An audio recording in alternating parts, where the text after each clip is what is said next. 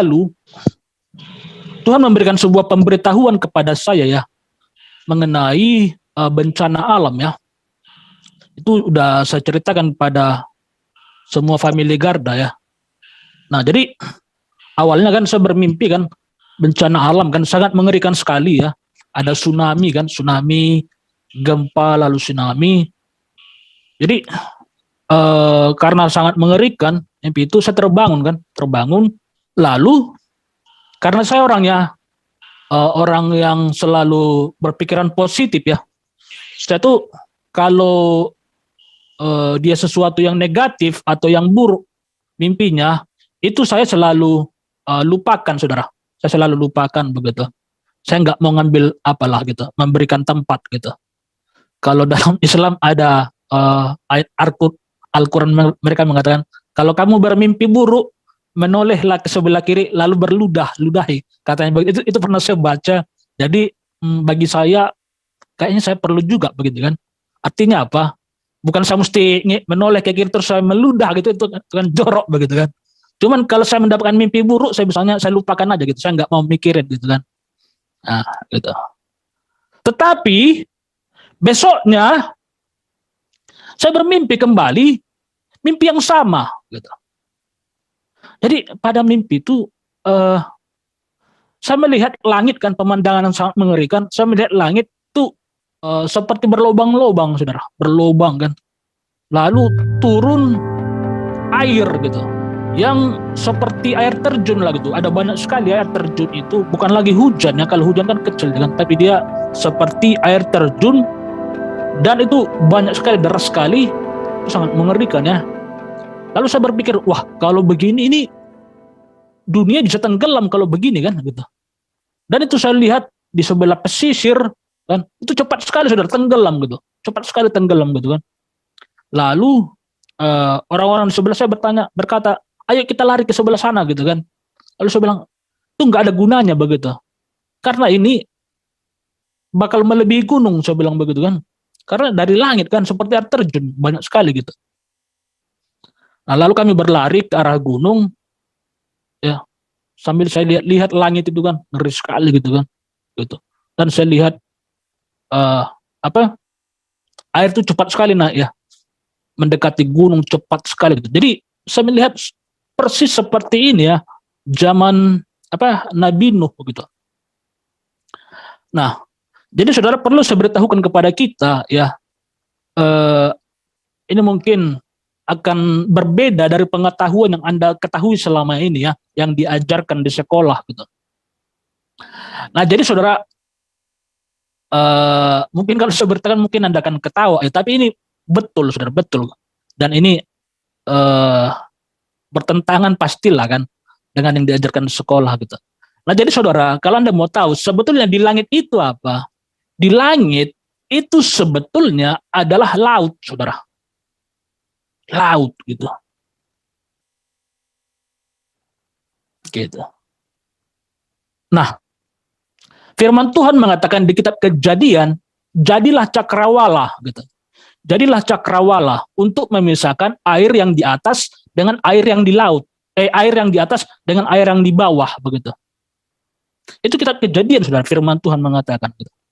Nah, selama ini ayat ini membingungkan semua orang dan menjadi bahan tertawaan begitu. Menjadi bahan tertawaan karena Alkitab mengatakan air di langit dan air di tanah, di bumi gitu.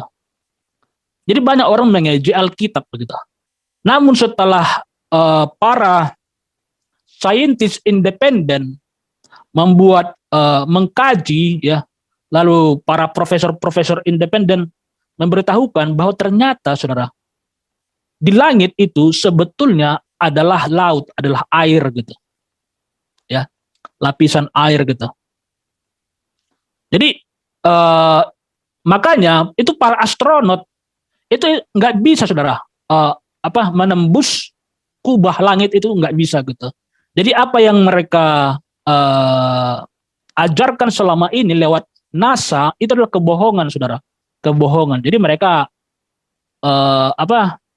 berada di luar angkasa begitu kan, di di planet apa lah gitu, di bulan segala macam. Itu semua hoax, saudara. Itu semua dilakukan di studio gitu. Jadi mereka hanya perlu pasang green screen ya, layar hijau. Seperti ini, saudara. Ini tinggal diedit, sudah. Tinggal diedit.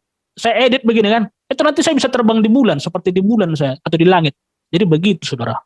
Nah, jadi kalau teknologi green screen itu kan, itu udah populer sekali saat ini gitu. Cuman dahulu memang orang nggak banyak yang tahu green screen gitu. Cuman kalau sekarang di Zoom ini saja bisa dibuat green screen gitu ya. Jadi apa yang diajarkan oleh NASA itu adalah kebohongan ya, kebohongan dari elit global, dan itu diajarkan oleh Rockefeller Foundation gitu. Nah, jadi langit itu, saudara, itu punya kubah yang nggak bisa ditembus gitu. Jadi beberapa kali mereka itu meluncurkan roket ya, itu pasti dia menembus dia akan membentuk spiral ya, seperti apa ya istilahnya, seperti ada asapnya gitu, saudara. Seperti ibarat laut ditembak, kan seperti rudal gitu kan, tembak itu akan ada apanya gitu, apanya gitu, ekornya gitu. Jadi begitu, saudara. Nah lalu pada tahun berapa itu saya agak lupa ya, itu Amerika dan Rusia bersatu, saudara. Padahal Amerika dan Rusia itu kan bermusuhan gitu. Tapi karena mereka sedang mempunyai misi untuk mencari tahu mengenai langit, kan, karena mereka ingin melakukan eksplorasi, lalu mereka menyiapkan ratusan nuklir ya, saya nggak tahu ratusan atau ribuan, ratusan kalau saya tidak salah ya. Lalu mereka menembakkan nuklir, saudara, ke langit, itu nggak bisa jebol, saudara. Mereka tembak gitu kan, mereka jadi seperti ada lapisan es gitu, lapisan es kan, tapi sangat keras. Lalu ketika dia terjebol, dia masuk ke air gitu. Nanti videonya udah banyak ya. Mungkin saudara sebagian sudah ada yang lihat ya gitu. Nah, jadi saudara bayangkan, saudara, di atas kita ini ada laut, saudara. Ada laut, bahkan ngeri nggak itu gitu. Ada laut, saudara. Jadi puji Tuhan lah kan, puji Tuhan. Artinya apa? Artinya ada kekuatan supranatural, kekuatan ilahi yang melakukan itu kan, sehingga laut itu nggak jatuh ke bumi. Kalau sempat jatuh, habis kita kan. Makanya di kitab Kejadian pada mulanya kan, gitu kan, bumi itu belum berbentuk gitu. Bumi belum berbentuk, masih laut semua, sudah nggak jelas gitu. Laut semua gitu. Lalu Tuhan perintahkan supaya laut memisahkan diri, ya, supaya ada air yang di atas juga ada air yang di bawah. Cakrawala itu adalah air yang di atas. Yang kita tahu selama kan cakrawala kan langit gitu. Padahal Tuhan bilang cakrawala itu adalah air yang di atas gitu. Artinya laut yang di atas gitu. Nah bayangkan, saudara, itu tiba-tiba dicurahkan ke bumi, kiamat nggak dunia gitu. Jadi seperti itu ya, sangat mengerikan sekali ya. Insya itu ada begitu banyak jebolan-jebolan ya. Lalu air terjun ya, air terjun bukan hujan lagi ya. Air terjun berjatuhan dari langit, lalu air pesisir saya lihat sudah tenggelam begitu cepat sekali gitu. Dan itu hampir mencapai gunung, lalu saya terbangun karena sangat mengerikan kan gitu. Lalu ketika saya terbangun, saudara, saya kaget kan, ternyata Tuhan memberitahukan ini juga kemarin kepada saya. Artinya 2 kali diberitahukan gitu. Nah, saya, saudara, biasanya kalau bermimpi mengenai bencana atau yang buruk-buruk itu biasanya saya lupakan ya. Cuma karena ini sudah 2 kali diberitahukan, maka saya kan nggak mungkin lagi mengacuhkan itu ya. Misalnya seperti Abraham kan, ketika dia ingin menyembelih anaknya kan, 1 kali diingatkan dia, Abraham jangan lakukan itu gitu kan. Dia nggak peduli, dia pengen lakukan juga. Abraham jangan lakukan itu gitu kan. Sampai 3 kali Tuhan beritahukan gitu. Nah kalau saya kan mengerti kan, cukup 2 kali saya udah cukup lah, nggak perlu sampai 3 kali gitu. Karena ada kalanya kalau kita mengacuhkan, bisa ini kan, nggak diberitahukan lagi kan, tiba-tiba kita ini kan ikut tersapu begitu. Nah jadi karena setelah saya mendapatkan pesan itu, langsung saya berikan komando kan kepada family Garda, berdoa untuk menahan bencana gitu ya, berdoa untuk menghentikan Project HARP gitu, Project HARP gitu. Nah Project HARP ini, saudara, itu mereka bisa memodifikasi cuaca ya, mereka bisa membuat badai ya di mana-mana, mereka bisa membuat tsunami di sebuah negara, mereka bisa membuat gempa bumi di sebuah negara begitu kan. Dan itu videonya banyak ya, nanti Anda tinggal cari saja pasti banyak ketemu ya, Project Hub gitu. Nah, lalu kita harus menghancurkan itu, jangan sampai mereka menjalankan agenda mereka ya, agenda bencana global, sebab PBB ternyata mengumumkan bahwa 2023 beberapa hari ini akan datang bencana gitu kan. Nah, lalu saya juga beritahukan perangi juga sinar laser DEW ya, DEW Direct Engine Machine, E-nya saya agak lupa ya. Itu saudara, mereka sering melakukan itu untuk menembak gunung berapi gitu supaya aktif gitu.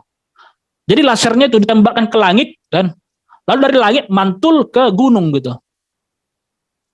Lalu gunungnya menjadi aktif gitu, gunung berapinya gitu. Itu udah banyak sekali buktinya gitu. Nah, lalu kemudian apa lagi ya?